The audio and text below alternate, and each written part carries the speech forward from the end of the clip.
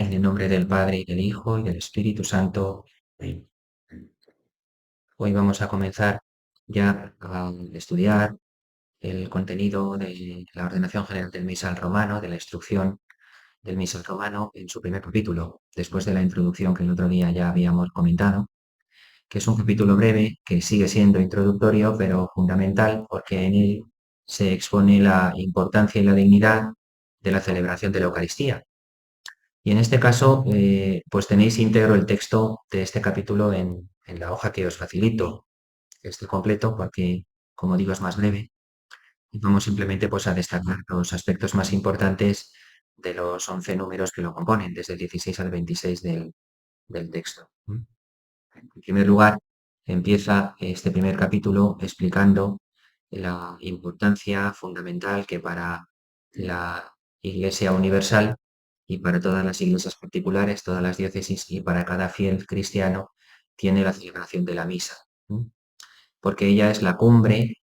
tanto de la acción por la que Dios Padre en su Hijo Jesucristo ha santificado al mundo, como la del culto por la que nosotros los hombres adoramos al Padre Dios, a su Hijo Jesucristo y al Espíritu Santo. Por tanto, es una importancia y dignidad tales la de la celebración de la Eucaristía, que es la fuente y el culmen de toda la vida cristiana, como el Concilio Vaticano II recuerda. Todas las demás acciones sagradas y todas las obras de la vida cristiana están vinculadas y orientadas hacia la Eucaristía, y emanan también de ella, ¿no? Como su fuente y como su culmen. Por eso dice el texto que es de suma importancia que se cuide la manera de celebrar la misa. Hay que ordenarla de tal manera que tanto los pastores como los fieles puedan vivirla del mejor modo posible, cada uno conforme a su condición, es decir, el pastor como pastor, el fiel como fiel, de manera que obtengamos todos la mayor plenitud posible de los frutos de la misa. Es necesario, por tanto, que se celebre con todo el esmero, la dedicación, la atención y el orden posible, conforme a la dignidad e importancia que tiene. El criterio fundamental que ha animado la renovación litúrgica, la reforma litúrgica propuesta en el Concilio Vaticano II, que aquí se recuerda, es que se disponga la celebración de la misa de tal manera que se facilite que todos los que participan en ella, todos los fieles, porque he distinguido entre pastores y fieles, los pastores también son fieles porque también son bautizados, todos los fieles participantes en la misa, cada uno según su condición, todos los fieles que participan en ella, ya sean los pastores según su condición, el resto de los bautizados según la suya propia, puedan vivirla de tal modo que puedan participar en ella de modo consciente, activo y pleno. Esta participación consciente, activa y plena de todos los fieles en la liturgia ya la recordábamos en la primera parte de este curso cuando explicábamos el catecismo de la Iglesia Católica, porque es el alma mater de la reforma de la liturgia propuesta en el Vaticano II.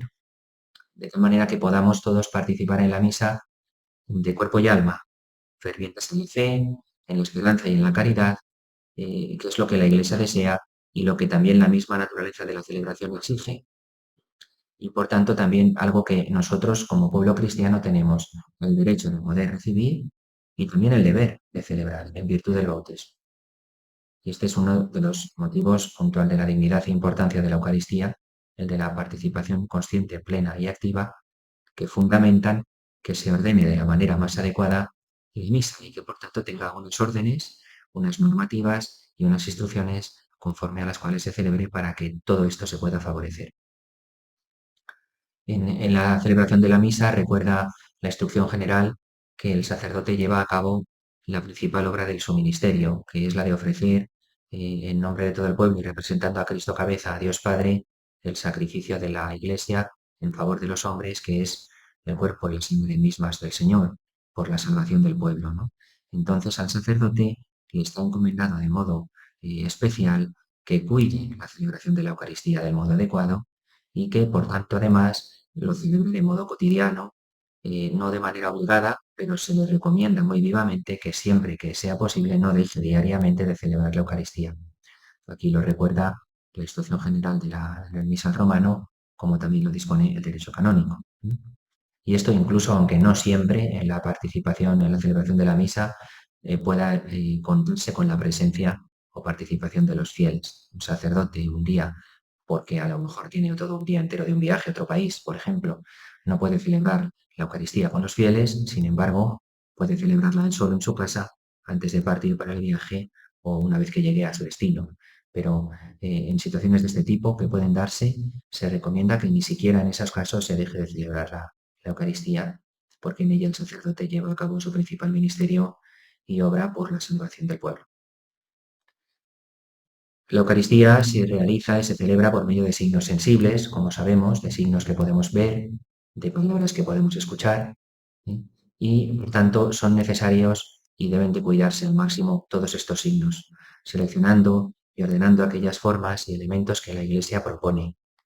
para que se favorezca mejor esta participación activa y plena de todos los fieles y para que podamos aprovechar espiritualmente del mejor modo la celebración de la misa todos. Por eso, este documento que estamos empezando a estudiar tiene todo el sentido, porque en él se recogen las instrucciones generales con las cuales ordenar la celebración de la misa y las normas conforme a las que hay que disponer cada celebración.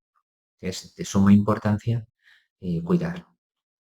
Por último, este primer capítulo sobre la importancia y dignidad de la Eucaristía hace una alusión a la importancia peculiar y singular que tiene la celebración de la Eucaristía en la diócesis. También recordando la enseñanza del Vaticano II en la Constitución Dogmática sobre la Liturgia, la instrucción del misal romano nos recuerda que la celebración de la Eucaristía presidida por el obispo diocesano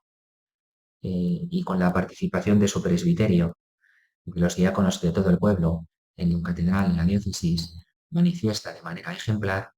el misterio de la Iglesia. Es la principal manifestación de la Iglesia en un lugar, aquella en la que el sucesor de los apóstoles, rodeado de su presbiterio, los sacerdotes de su diócesis, en su catedral, en el mismo altar, celebran la Eucaristía en favor de todo el pueblo. Por ello, estas misas celebradas solemnemente deben ser ejemplo para toda la diócesis y deben de cuidarse de modo especial. Y después, ya por último, en los últimos 4 números, el capítulo primero recuerda que pueden llevarse a cabo algunas acomodaciones de las normas o algunas adaptaciones, siempre guardando el espíritu de la Sagrada Liturgia y con vistas a que pastoralmente la misa sea más entendible, si eso es necesario, conforme a los distintos lugares en donde la Iglesia está, para responder mejor las necesidades, a la preparación y a la índole de la gente que participa en la misa se pueden hacer ciertas adaptaciones. Pero precisa muy claramente el texto que el sacerdote debe recordar que él es servidor de la liturgia y no su dueño. Y por tanto, al sacerdote que sirve a la liturgia y que no es su dueño, no le está permitido ni agregar, ni quitar, ni cambiar por su cuenta nada de lo dispuesto para la celebración de la misa. Estas adaptaciones, que sí se permiten, corresponden al obispo diocesano en su caso o a la conferencia episcopal de cada país